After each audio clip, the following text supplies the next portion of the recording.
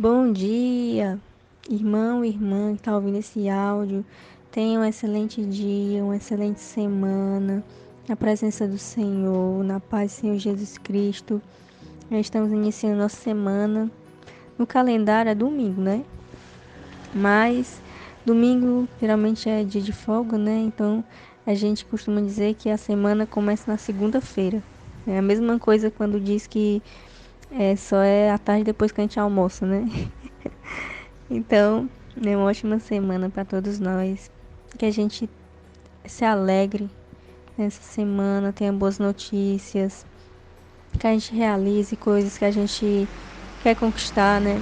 Que Deus venha nos abençoar, principalmente independente de coisas materiais que a gente queira, né? Que todos nós queremos, né? Alguma coisa, né? Mas que toda semana a gente esteja na presença do Senhor Jesus. Que o Senhor venha nos dar sabedoria, venha nos dar paciência, principalmente quando vierem nos falar as coisas, né? Que a gente tenha sabedoria para falar, sabedoria para ouvir, né? Sabedoria para responder, sabedoria para enxergar as coisas, né? Então, que o Senhor esteja, né? No nosso ouvir, no nosso falar, no nosso sentir, no nosso olhar, no nosso caminhar. Amém? E a gente vai dar continuidade à nossa leitura do livro de Atos, hoje é o capítulo 4, né? Que Deus me abençoe a nossa leitura. Sempre antes de fazer o áudio eu dou uma lida, né? Raras as vezes em que eu não leio antes, né? Mas a maioria das vezes eu dou uma lida, dou uma grifada naquilo que me chamou a atenção. Então você, né, que faça o devocional, tenha esse costume, né, de ler. Primeiro a gente ora, né? Aí a gente lê e se tiver alguma coisa que você não entendeu ou que lhe chamou a atenção, você marca, né?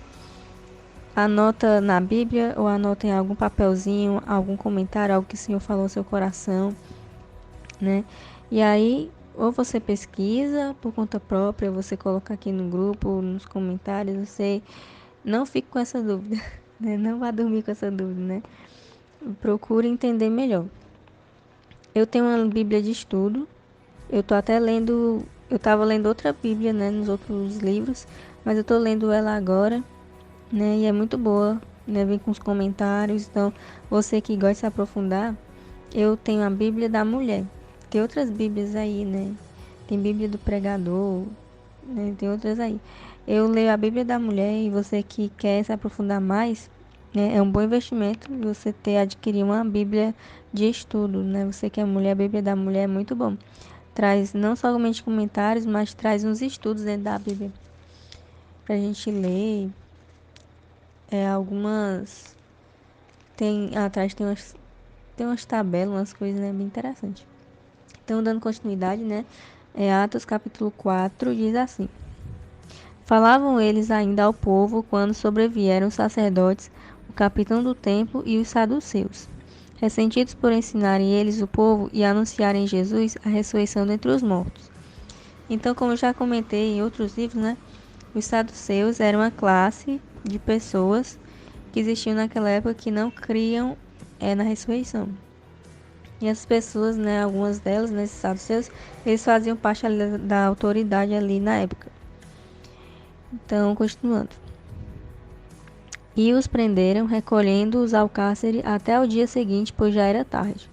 Muitos, porém, dos que ouviram a palavra a aceitaram, subindo o número de homens a quase 5.000.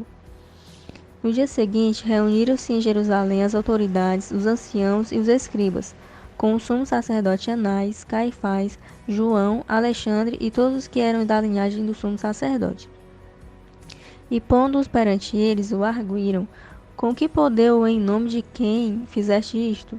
Então Pedro, cheio do Espírito Santo, lhe disse: Autoridades do povo e anciãos, visto que hoje somos interrogados a propósito do benefício feito a um homem enfermo e do modo por que foi curado, tomai conhecimento, vós todos e todo o povo de Israel, de que em nome de Jesus Cristo, o Nazareno, a quem vós crucificastes e a quem Deus ressuscitou dentre os mortos, sim, em seu nome é que está curado perante vós. É que este está curado perante vós. Este Jesus é a pedra rejeitada por vós, os construtores, a qual se tornou a pedra angular. A pedra angular é aquela pedra que fica entre uma parede e outra, né? Ela representa muita força. Sem aquela pedra angular, as paredes elas não se sustentam, elas não ficam. Primeiro que elas não precisam dela para unir, né, as paredes e é aquela pedra angular que é a base, né, ali daquela união. Então, o Senhor Jesus ele representa, né, isso, né, a pedra angular. E versículo 12: E não há salvação em nenhum outro, porque abaixo do céu não existe nenhum outro nome dado entre os homens pelo qual importa que sejamos salvos. Olha como é importante o nome de Jesus. Eu já vi uma notícia, não sei se vocês já viram, de uma mulher que ia ser assaltada. Acho que era duas senhoras, era um casal, um negócio assim. Aí a mulher disse assim: Sangue de Jesus! Aí o ladrão pegou e caiu para trás e não assaltou a mulher. É para você como esse nome tem poder. Né? Então ele tem que estar automaticamente na nossa mente. Para quando vier assim situações difíceis, né? Que a gente não tem muito o que pensar, já vem logo o nome de Jesus. Então, continuando aqui. Versículo 13. Ao verem a intrepidez de Pedro e João, sabendo que eram homens iletrados e incultos, admiraram-se e reconheceram que haviam eles estado com Jesus. Vendo com eles um homem que fora curado, nada tinham que dizer em contrário. E mandando-os sair do sinédrio, consultavam entre si, dizendo: Que faremos com estes homens? Pois na verdade é manifesto a todos os habitantes de Jerusalém que o sinal notório foi feito por eles, e não podemos negar. Mas para que não haja maior divulgação entre o povo, ameacemo-los para não mais falarem neste nome a quem quer que seja. Chamando-os, ordenaram-lhes que absolutamente não falassem nem ensinassem em nome de Jesus. Mas Pedro e João lhe responderam: Julgai se é justo diante de Deus ouvir-vos antes a vós outros do que a Deus, pois nós não podemos deixar de falar das coisas que vimos e ouvimos. Depois, ameaçando-os mais ainda, os soltaram, não tendo achado como castigar, por causa do povo, porque todos glorificavam a Deus pelo que acontecera. Ora, tinha mais de 40 anos aquele em que se operara essa cura milagrosa.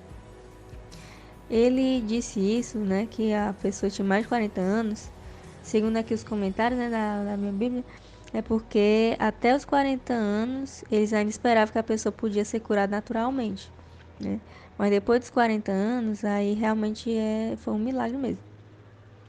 Versículo 23. Uma vez soltos, procuraram os irmãos e lhes contaram quantas coisas lhes haviam dito os principais sacerdotes e os anciãos.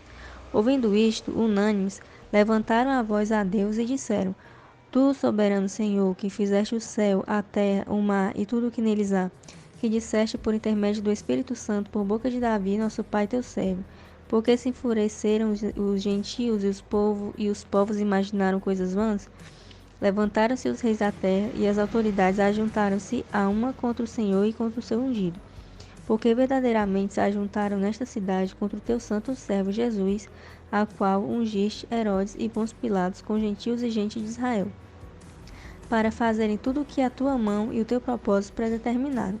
Agora, Senhor, olha para suas ameaças e concede aos teus servos que anunciem com toda a intrepidez a tua palavra, enquanto estendes a mão para fazer curas, sinais e prodígios por intermédio do nome do teu santo servo Jesus. Tendo eles orado, tremeu o lugar onde estavam reunidos.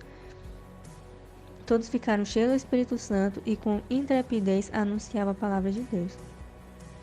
Da multidão dos que creram era o coração o coração e a alma.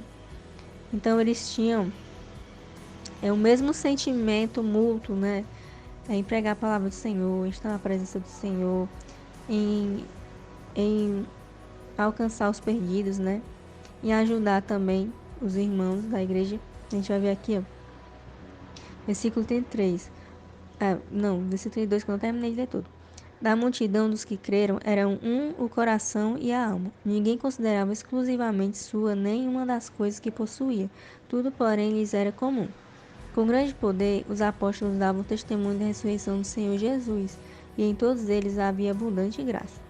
Pois nenhum necessitado havia entre eles, porquanto os que possuíam terras ou casas, vendo-as, traziam os valores correspondentes e depositavam aos pés dos apóstolos. então se distribuía a qualquer um à medida que alguém tinha necessidade. Então a gente vê aqui que eles não permitiam, né, que as pessoas que estavam ali com eles passassem necessidade. A gente vê que eles depositavam aos pés dos apóstolos, né? Eles davam os apóstolos ali administravam com os diáconos, né, e distribuíam. O que a gente vê hoje, né, eu acho que talvez tenha uma igreja aí, né, que o pessoal gosta de dar muito dinheiro para um apóstolo. Talvez ele se baseie até nessa passagem, né? Mas tudo a gente tem que ver o contexto. E a gente vê que ele não dava pro benefício do apóstolo, né? Eles faziam isso para ajudar os irmãos entre si, né? Não ver ninguém passando fome, passando necessidade, né? Então era esse o objetivo. Aí a gente tem que ajudar uns aos outros, né? Mas eu quero que chamava atenção. Uma vez eu fiz até uma live, né, no Instagram, aí eu falei sobre isso, né, sobre a gente ser generoso com os irmãos. Depois desse dia, veio uma menina, não sei nem se ela é crente, mas nos estados dela parecia que ela era crente, né, nas coisas dela. Essa menina começou a me pedir dinheiro. Aí eu dei uma vez, dei duas vezes, na mente eu dei até 3 vezes, ou foi 2 ou foi 3 vezes. Aí essa menina tava, eu acho que tava já se aproveitando já, né, porque a gente tem que ajudar, mas não deve também se escorar em ninguém, né, também não deve explorar ninguém. E é assim, é uma coisa recíproca, né? Você não é também a gente não é também um merecido, né, que tem que estar ali sempre recebendo a ajuda e não pode ajudar os outros, né? Então tem que fazer essa reflexão também. A gente viu aqui que ele era um coração e uma alma, né? Eles estavam unidos. Se alguém estivesse passando necessidade, eles ajudavam, né? Mas esse sentimento ou a situação tem que ser algo recíproco. A gente está bem hoje, né? Vamos supor que você está bem financeiramente hoje, mas a gente não sabe o dia de amanhã. Então hoje você é generoso, né? Você ajuda. Então nós também temos que ajudar também aquelas outras pessoas, né? Que estão bem hoje, e amanhã pode passar uma dificuldade, né? Porque tem muitas pessoas que também são assim, que só querem ser ajudadas, mas não ajudam as outras pessoas, né? Então que a gente venha ajudar, né? Ajudar e ser ajudado também, né? A gente tem humildade para pedir ajuda, mas não só pedir, né? Que a gente também estenda a mão para ajudar, né? Então, continuando aqui, versículo 36. José, a quem os apóstolos deram o sobrenome de Barnabé, que quer dizer filho de exortação, levita, natural de Chipre, como tivesse um campo, vendendo, trouxe o preço e o depositou aos pés dos apóstolos. Então eles tinham muito esse costume, assim, quando eles tinham muitas propriedades, né? Porque o pessoal que andava com Jesus era de todas as classes, a gente viu aqui, né? Tinha fariseu também, tinha pessoas pobres, tinha pessoas ricas, né? A gente viu aquele lá, acho que é Zaqueu, né? Que ele subiu lá na figueira para ver Jesus, ele era um homem rico. Mateus era um homem rico, né? Ele era um servidor do Império Romano, né? Então existiam pessoas ricas também que criam, né? E faziam parte da igreja de Jesus. Então tem muitas pessoas que têm preconceito que acham que crentes são aquelas pessoas ignorantes, né, pobres que não sabem de nada, né, principalmente esses ateus, né, que querem ser muita coisa, né, que se acham sabidões, mas não sabem nada, né, e acho que uma vez eu escutei não, eu li, no tempo que eu usava mais o Facebook, eu ainda fazia faculdade, uma amiga minha que hoje ela crê, né, no Senhor Jesus, crê em Deus, mas na época ela era da de ateia. Ela dizia que a gente era igual papagaio, repetia tudo a mesma coisa, né? Então tem muitas pessoas que veem assim, né? Os cristãos, né? Com pessoas que não têm opinião própria, né? Que só repete o que o pastor diz e não é assim, né? Quando a gente busca o Senhor, quando a gente se aprofunda, né, na palavra de Deus, uma coisa que eu aprendi na prática foi doloroso para me aprender isso.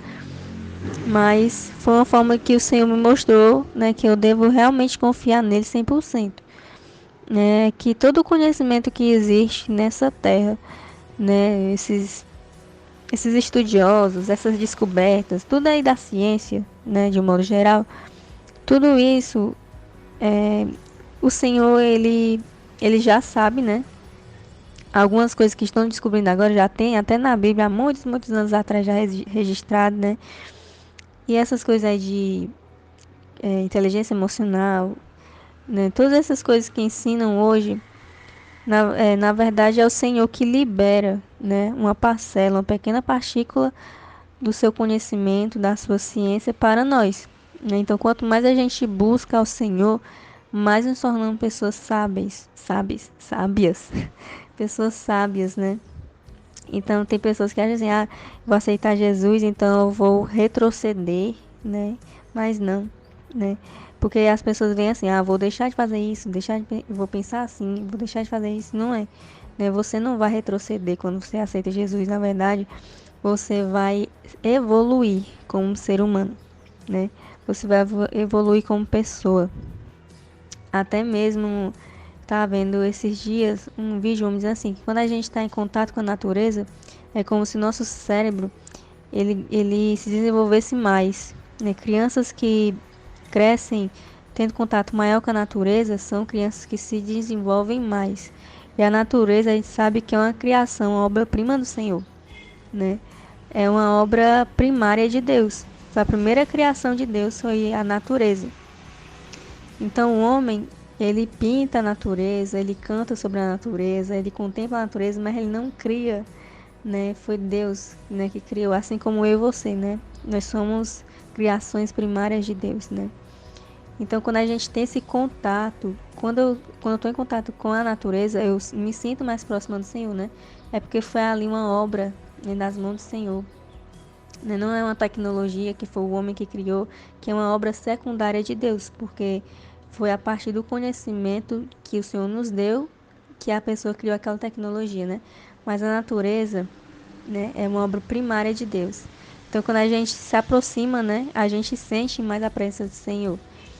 E aí a gente se desenvolve mais. Isso está cientificamente comprovado, né? Então, essa, né, foi a reflexão de hoje. É uma leitura muito buena, muito boa, né, falando aqui espanhol. E se por acaso, né, Deus falou, né, de uma maneira diferente com você, né, na leitura, não sei se você lê outro livro, né, também quiser comentar, deixar aqui nos comentários alguma reflexão para nossa edificação, alguma dúvida, um pedido de oração, fique à vontade, amém? Então Deus abençoe a sua vida e até amanhã em nome de Jesus.